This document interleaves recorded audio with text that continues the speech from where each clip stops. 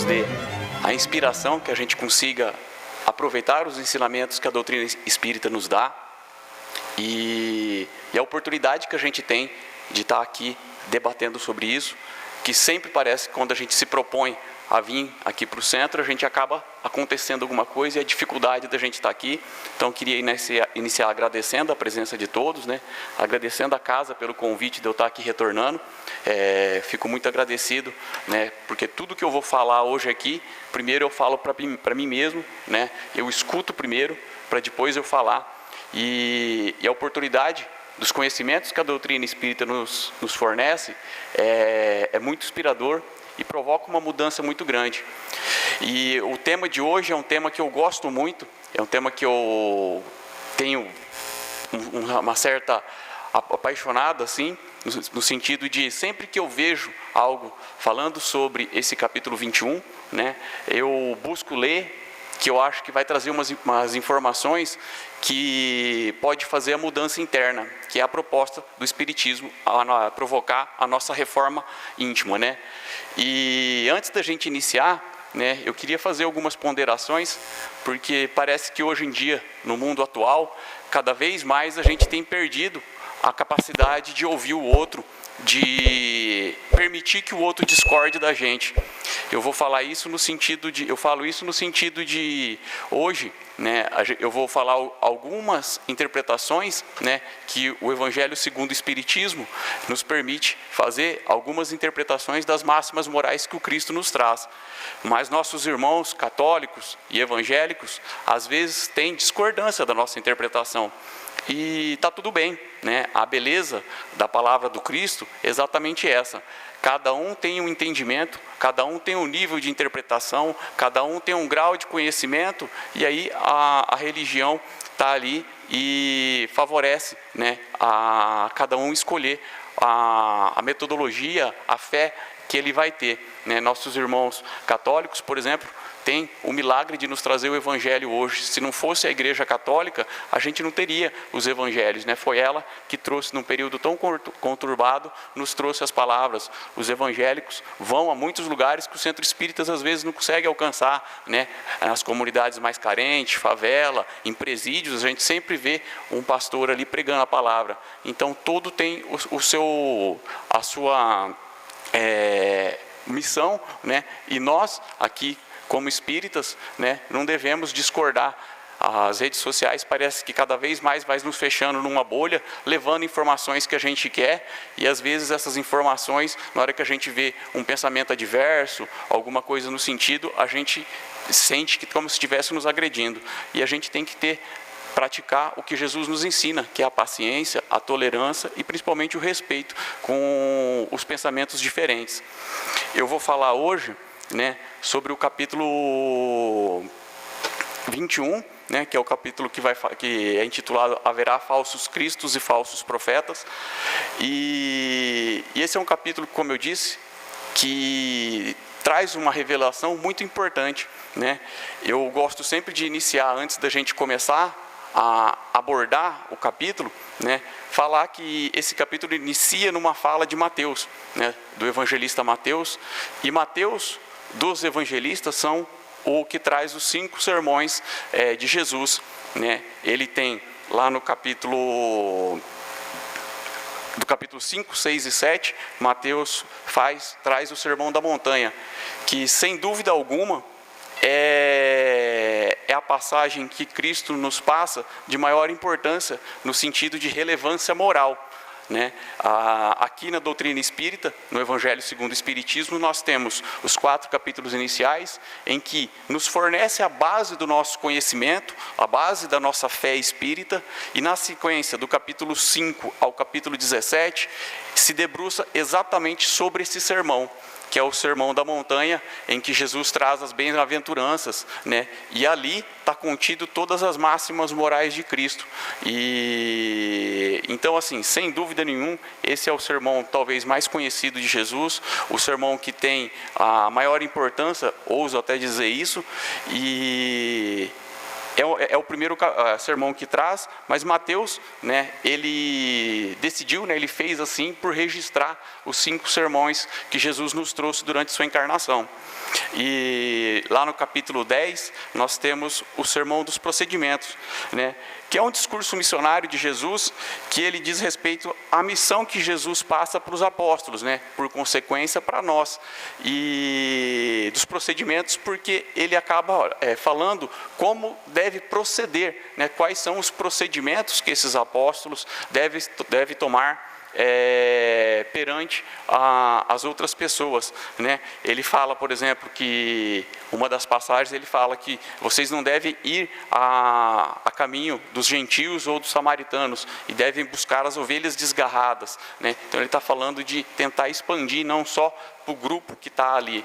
E ele vai falando sobre diversos procedimentos, aquele que ele diz quando a gente vai numa casa, que a paz esteja aqui, né, e se a casa tiver com a vibração necessária, vai continuar, e assim ele vai falando sobre diversos procedimentos durante esse sermão. Que a gente entende, né, que nesses sermões de Jesus, ele estava ali passando, estava dando uma aula para os seus apóstolos. Depois, no capítulo 13, Mateus nos traz o sermão das parábolas, né, que é um sermão que a gente aqui dentro do Espiritismo conversa muito sobre essas diversas parábolas, né, a parábola do semeador, do joio do trigo, que são um método que Jesus usa para passar instruções da comunidade, trazendo histórias, né, histórias do povo, para que eles entendam sobre o reino de Deus. Por exemplo, uma passagem que a gente comenta há pouco, uma parábola, que é a parábola do reino, em que Jesus, no início da parábola, ele fala que o reino de Deus é como se fosse uma rede atirada ao mar, e aí quando o pescador puxa, vem diversos peixes.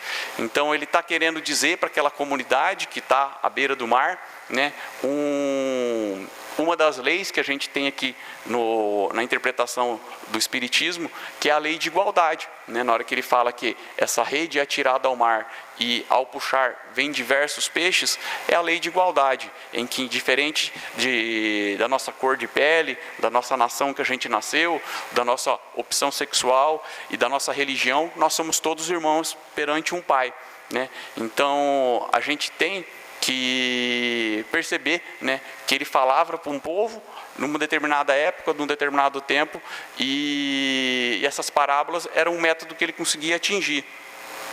Na sequência, ele fala sobre o sermão para aqueles que pertencem ao reino dos céus. Está lá no capítulo 18, né, que é aquela passagem célebre em que Pedro pergunta para ele: Senhor, até quantas vezes pecará meu irmão contra mim para que eu lhe perdoe? E aí, até 7, aí Jesus dá aquela célebre resposta, né, que é exatamente sobre a relação entre a igreja e os discípulos, como é que a gente vai proceder. E por fim, ele chega no sermão que a gente vai conversar bastante hoje, que é o sermão que eu disse que eu gosto bastante, que eu tento sempre que eu vejo alguém se aprofundando sobre ele, eu tento conversar, que é o sermão profético. Né? Sermão profético porque no sentido de que vai predizer o futuro, né? Dentro da teologia, alguns estudiosos chamam de sermão escatológico. Escatológico quer se referir ao estudo dos fins dos tempos, ao estudo dos tempos futuros, né? E também é conhecido como Sermão das Oliveiras. Sermão das Oliveiras, porque no início desse sermão, os apóstolos, Jesus estava dentro do templo, né? O templo é onde a gente enxerga ali o domo de ouro. Jesus estava dentro ali do templo e ao sair, né, os apóstolos chamam ele e interpelam ele contra a beleza do templo. Olha a arquitetura, olha como é bem construído, né? E aí Jesus vem e fala, né? Diz-nos. Aí Jesus vem e fala que não vês tudo isso? Em verdade, né, vos digo, ou amém vos digo, que não sobrará pedra sobre pedra que não seja derrubada. E aí, na sequência, Jesus sai de dentro da cidade, né? Então ele atravessa os portões ali, sai de dentro dos muros e sobe os montes, que é onde a gente enxerga aqui na imagem ali, onde estão as ovelhas, onde tem essas árvores, são as oliveiras. Então, por isso que fala Sermão das Oliveiras, né? E aí os apóstolos, já curiosos sobre aquela fala dele, né, que não vê que não vai sobrar pedra sobre pedra daquele templo bonito, eles começam perguntando para ele: dize-nos quando serão essas coisas e qual que é o sinal que haverá da tua vida e do fim do mundo, né? Que Jesus ali fala que o templo vai ser destruído, eles se espantam e eles ficam curiosos sobre quando Jesus está falando sobre isso, né? E essa é uma grande pergunta que a gente fica, né? De quando que é isso daí?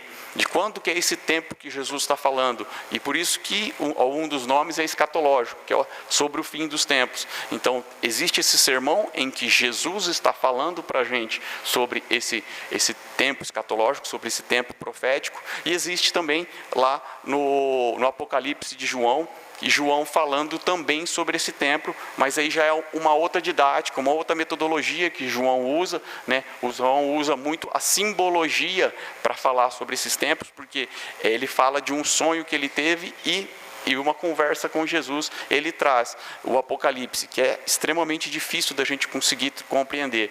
E aqui no sermão profético é Jesus fazendo o sermão e falando sobre esses templos, né?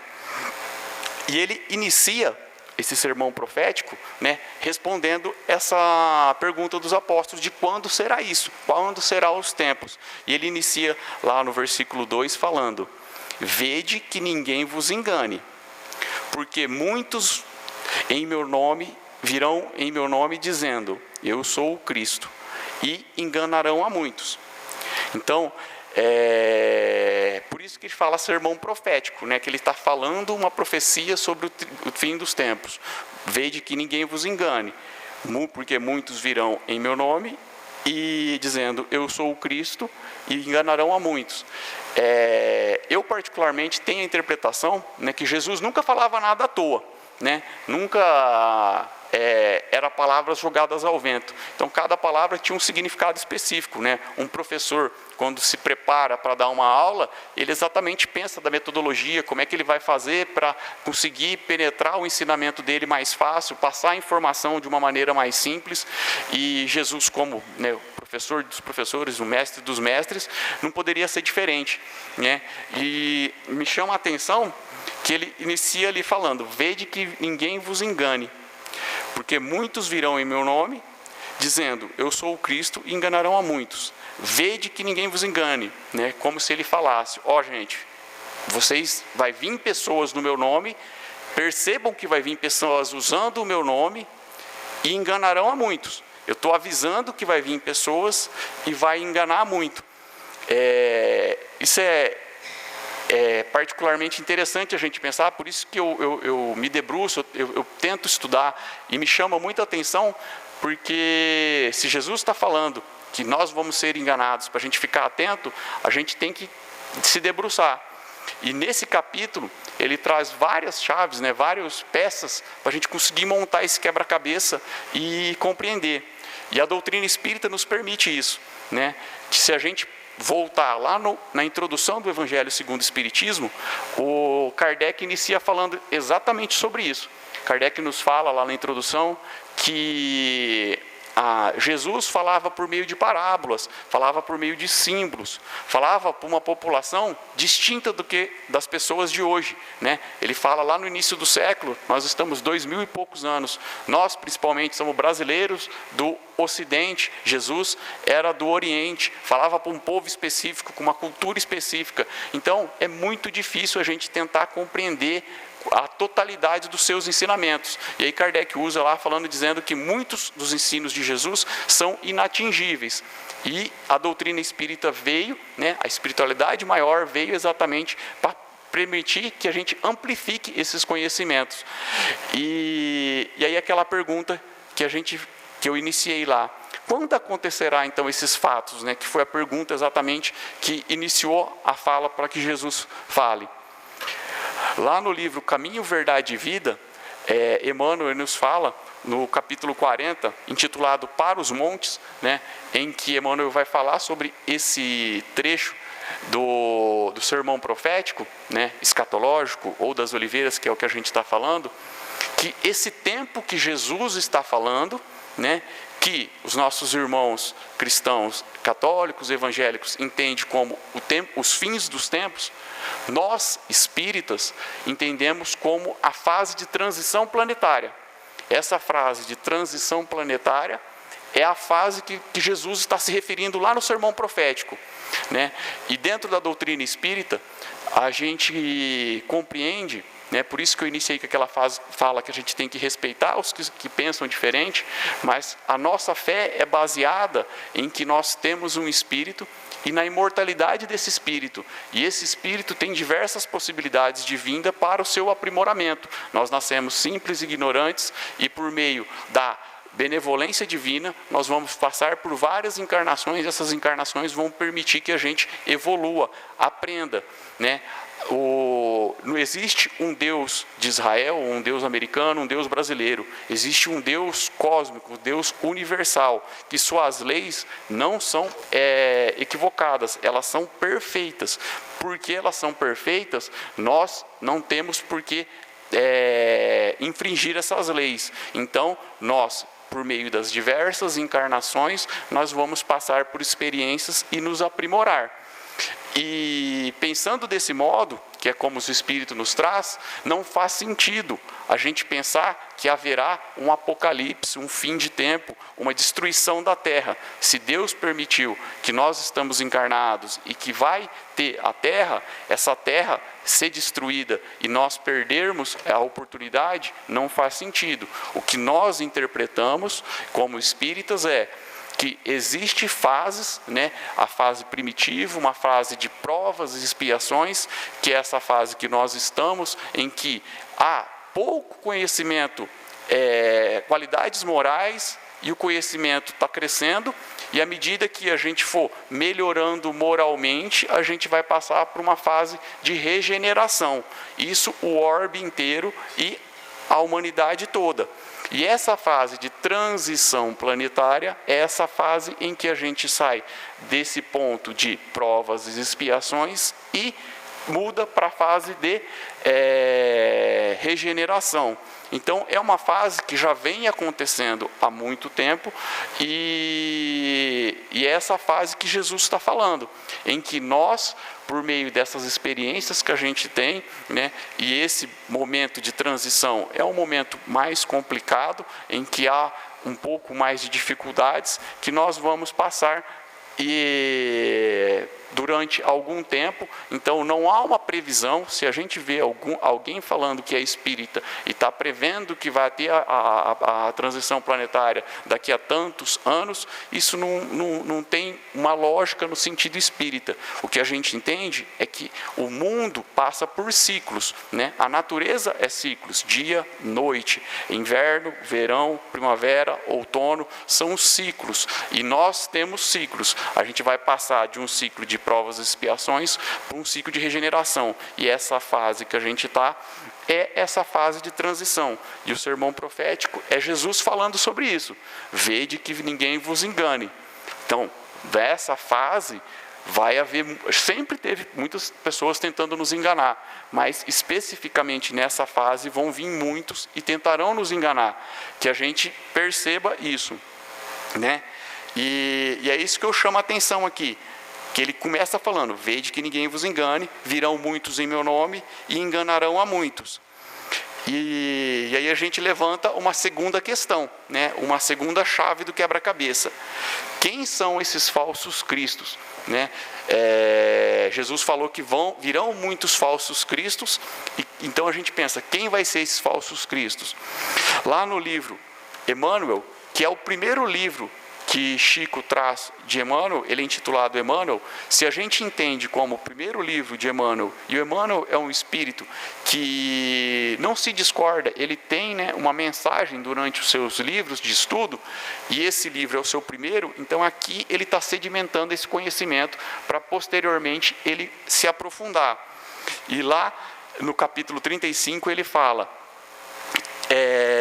todas as atividades bélicas, todas as lutas antifraternas no seio dos povos irmãos, quase a totalidade dos absurdos que complicam a vida do homem, vieram da escravização da consciência ao conglomerado de preceitos dogmáticos das igrejas que se levantaram sob a doutrina do Divino Mestre, contrariando as suas bases, digladiando-se mutuamente e condenando-se umas às outras em nome de Deus. Aliado ao Estado, o cristianismo deturbou-se, perdendo as características divinas. Vixe, enrolou tudo, não entendi nada. Calma. O que ele está querendo dizer aqui? Que todos esses conflitos, né, que a gente tem nessa fase, desde quando Jesus veio, passou a sua palavra, veio da cristalização mental. Jesus veio nos trazer a boa nova, dizendo que esse mundo material é um mundo transitório, que a verdade, nós temos um Pai, e esse Pai nos deu a bênção da gente ter a oportunidade de evoluir e chegar à sua semelhança, né? É essa a mensagem, mas com a cristalização desse pensamento, né, acabou se deturbando, e em vez da gente se ligar a tentar melhorar espiritualmente, praticar o bem, seguir o caminho que Jesus nos mostrou como guia e modelo que Ele é, a gente se desviou para o materialismo, e à medida que a gente se desviou para o materialismo, a gente começou a se perder, e aí todos esses problemas que a gente tem são decorridos disso, né? À medida que a gente começa a interpretar, a gente funda uma igreja, que o meu Deus é o Deus certo e o seu Deus é o Deus errado, que eu estou certo e você está errado, e aí eu começo a passar essa mensagem de uma forma equivocada, isso veio deturbando. Então, os falsos cristos vêm exatamente disso, dessa falta de interpretação da mensagem real que Jesus nos trouxe, que é a mensagem do perdão, a mensagem que existe um Deus cósmico e esse Deus está aqui nos permitindo que a gente evolua, e essa vida é uma vida que a gente vai praticar e tentar evoluir como se fosse uma escola, né, em que a gente vai cada vez passando por diversos estágios, aumentando o nosso conhecimento, e que o material é o passageiro, que a nossa verdade, a nossa verdadeira morada é a morada espiritual, e é isso que a gente deve buscar. Então, cada vez que a gente se distancia dessa mensagem e se liga à mensagem do material, a gente se desvia da mensagem de Jesus. Então, os falsos cristos são isso. E parece que cada vez mais, né, eu pelo menos tenho essa impressão, que cada vez mais isso está acontecendo, né? As pessoas se dizendo cristãs, as pessoas se colocando como seguidoras do Cristo, mas nem os 10 mandamentos, que era antes de Cristo, né, é praticado, né? E Jesus, inclusive no início desse capítulo, há uma passagem de Lucas, em que ele fala que a gente nota a árvore pelos seus frutos. Isso ele quer dizer o quê? Que essa pessoa que se diz seguidora do Cristo, ela tem que não só falar, mas ela tem que vivenciar o que o Cristo ensinou, né? E a gente hoje em dia, cada vez mais, né, nas redes sociais, na internet, na política, na economia, a gente vê pessoas se dizendo as seguidoras do Cristo, mas nem o básico antes que Moisés trouxe dos 10 mandamentos, né, não matarás, respeitará o próximo, honrar o pai e a mãe, nem isso faz, né? Então isso é o que Jesus disse exatamente ali: vede que ninguém vos engane, mas muitas pessoas virão em meu nome e enganarão a muitos. Então, é essa falta de profundidade que a gente tem de falar, né? É muito fácil a gente falar, é bonito a gente falar que segue ao Cristo e tal, mas a gente praticar, a gente exercer isso diariamente, que é o difícil, né? Então, nesse sentido, ele fala, né, haverá falsos cristos e falsos profetas. E aí a gente pensa, o que é um profeta, né? A gente entendeu mais ou menos essa mensagem do que... E o que é o profeta? O profeta, a gente entende, né, que é aquela pessoa que prediz o futuro, que tem uma capacidade de prever o futuro. Trazendo para a Bíblia, são as pessoas que tiveram são emissários de Deus, né, que prediz o futuro e fazem profecias a respeito do futuro e do que irá acontecer. Ok. Para nós, espíritas, o que é isso? Pessoas que são emissários de Deus e recebem uma mensagem de Deus e nos transmite essa mensagem a respeito do futuro. É um tipo de mediunidade, né? Se a pessoa está recebendo a mensagem de Deus, como está na Bíblia, é recebendo a mensagem da espiritualidade. Então a gente pode entender o profeta como um médium, né? Que a doutrina espírita explica esse fenômeno. Por isso que eu falo lá no começo que é uma ferramenta que permite que a gente consiga compreender coisas que sem o espiritismo é difícil da gente compreender. Mas é um médium qualquer, né, que a gente também estuda, que todos nós somos médiuns em maior ou menor grau. Então, é um médium qualquer? Não, é um médium seguro, que ele vai receber uma mensagem e essa mensagem vai ser de um espírito superior, né, como os profetas do Antigo Testamento, Isaías, Malaquias, Jeremias, Elias, né, são profetas que receberam sim uma mensagem da espiritualidade superior e passaram essa mensagem de forma correta. E médios seguros, médios perfeitos? Não. Médios perfeitos não, porque todos os profetas, quem teve a oportunidade já de se debruçar sobre o assunto, sabe que todos os profetas cometeram os erros, e é exatamente a missão dele. Ele comete erro, ele recebe a mensagem divina, e essa mensagem divina o coloca no caminho que ele é o caminho correto, e ele passa para nós esse ensinamento, essa aprendizagem que ele tem. Então são médios seguros, mas não médios perfeitos, né? Teve um médio que era o médio perfeito, que é Jesus, que veio aqui e realmente nos passa a mensagem, que nos serve de guia, modelo, e dentro do espiritismo a gente fala que é o espírito de maior envergadura moral que já pisou na Terra. Então ele é o maior exemplo que a gente tem. E aí eu trago aqui, lá do livro dos médiuns, o capítulo 23, para a gente chamar a atenção dessa passagem que que o Mateus nos traz sobre haverá falsos profetas e falsos cristos e falsos profetas. Não vamos esquecer disso. Então a gente viu que o profeta é um tipo de médium, e o que fala lá o livro dos médiuns? Regra geral: quem quer que receba más comunicações espíritas, escritas, verbais, está sobre má influência.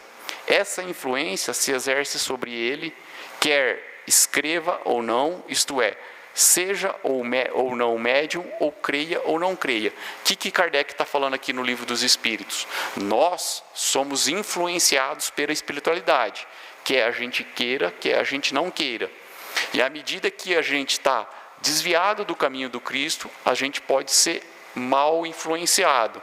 Então, quando a gente fala falsos profetas, são o quê? Médios que estão desregulados, médios que falta estudo, que falta compreensão, e esses médios vão trazer mensagens que muitas vezes está desviado do caminho do Cristo. A gente vê isso muito ou não, né? Trazendo isso para a doutrina espírita. Isso acontece no meio espírita ou não? Médios que têm uma capacidade mediúnica gigantesca, mas só que estão no caminho equivocado. Por exemplo, tivemos João de Deus, né? Recentemente aqui na nossa região também teve um outro médium, que são médios que realmente têm uma capacidade, mas ele acaba se perdendo no caminho. E é isso que eu quero chamar a atenção. Eu não estou aqui para a gente julgar os médiuns, mas para mostrar que todos nós somos médiuns, e esse médium, esse profeta que a gente tem, que Jesus nos alerta desse período de transição, a gente tem que tomar um pouco de cuidado, que Kardec nos fala que a gente tem que recusar 99 verdades, é melhor do que a gente aceitar uma mentira. Então, a gente tem que ter muito cuidado nessas comunicações que a gente tem e discernimento doutrinário. Isso a gente consegue por meio do estudo dos livros da base da doutrina espírita, né? Toda obsessão nasce de uma imperfeição. Então, toda vez que a gente tem uma pessoa obsidiada, essa obsessão não é porque essa pessoa está recebendo essa obsessão, porque o espírito está agindo. Se ele está agindo, é porque essa pessoa não está no caminho correto, né? Então, não existe um obsediado sem ter um pouco de culpa, né? Às vezes falta conhecimento. E aí, na sequência do item, né, ele traz lá uma passagem de Marcos, que ele fala: levantar-se-ão falsos cristos e falsos profetas. Quer dizer, Marcos dá mais uma chave para o quebra-cabeça aqui, para a gente começar a compreender. Que farão grandes prodígios e coisas de se espantar, a ponto de seduzirem os próprios escolhidos. Lembrando que é tudo do sermão profético, que Jesus está falando dessa fase da transição planetária. Então, vai vir falsos cristos e falsos profetas, que farão prodígios e coisas de espantar. A gente trazendo isso aqui para a doutrina espírita, a gente entende isso o quê? Então, profetas são médiuns que estão, os falsos profetas desregulados, farão prodígios e coisas de se espantar. A gente entende isso como ostensividade mediúnica. Quer dizer, são pessoas que têm uma mediunidade, mas só que não praticam do estudo, não seguem o caminho do Cristo e acabam se perdendo. Que do mesmo modo que aqui na Terra temos pessoas boas, pessoas ruins, na espiritualidade também tem.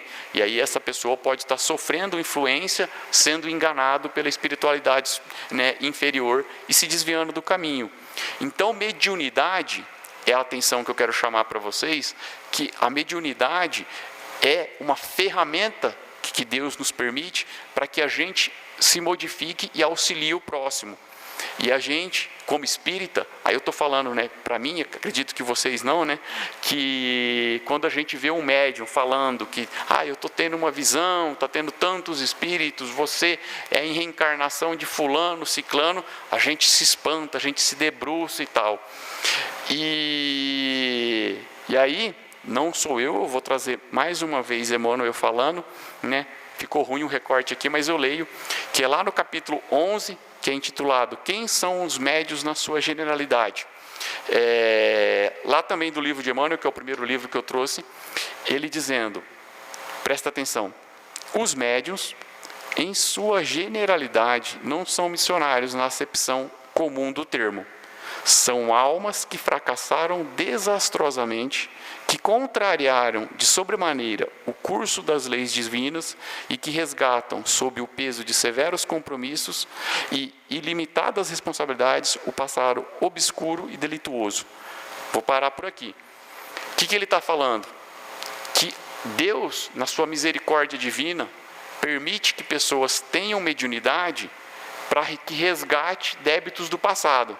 Então, o que eu estou querendo dizer, e que eu estou interpretando o que Emmanuel disse, melhor dizendo, é que 99% dos médiuns não são missionários. Temos almas missionárias, né? Divaldo, que está até hoje aí, Chico, que são, sem dúvida nenhuma, almas que vieram com uma missão. Mas 99% dos médiuns são almas devedoras. E aí eu volto para o sermão profético, né? Que haverá falsos cristos e falsos profetas, que fará prodígios de falsos profetas, que é sobre isso que eu estou falando. A gente, humano, tem essa tendência de ver uma coisa que às vezes a gente não compreende, que de repente essa comunicação com a espiritualidade, a gente começa a divinizar esse médium, a gente começa a idolatrar esse médium. E esse é o grande perigo que Jesus começa alertando. Vede que ninguém vos engane.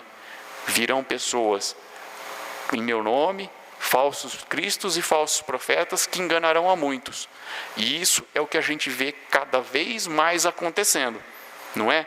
A gente vê pessoas, né, que se dizem seguidoras do Cristo, falando um caminho equivocado, falando que são cristãos, mas não praticam realmente a caridade, a benevolência, o perdão. E dentro do nosso movimento a gente vê muitas pessoas que se dizem médios sendo idolatrado e que está fora do caminho, né? Então a gente tem que ter esse cuidado que Emmanuel nos traz, que normalmente o médium é uma pessoa que é uma devedora e foi com essa ferramenta permitido para que ele se melhore. E às vezes quando a gente começa a idolatrar, fazer, né, aquele paparicar o médium começa a aumentar o seu ego e começa a se desviar.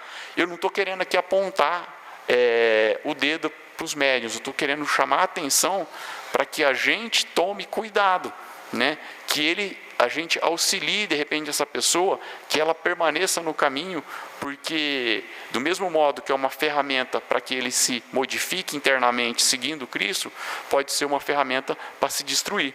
Então a gente tem que ter esse cuidado, né? E a beleza da doutrina espírita é isso, que traz esse conhecimento para que a gente consiga compreender cada vez mais essas nuances que Cristo nos traz, e é tão complexo, né? E cada vez parece que vai passando o tempo e essa fase de transição planetária vem ocorrendo e chama a atenção esse tipo de coisa, né? As pessoas se transvestindo de uma coisa que não são.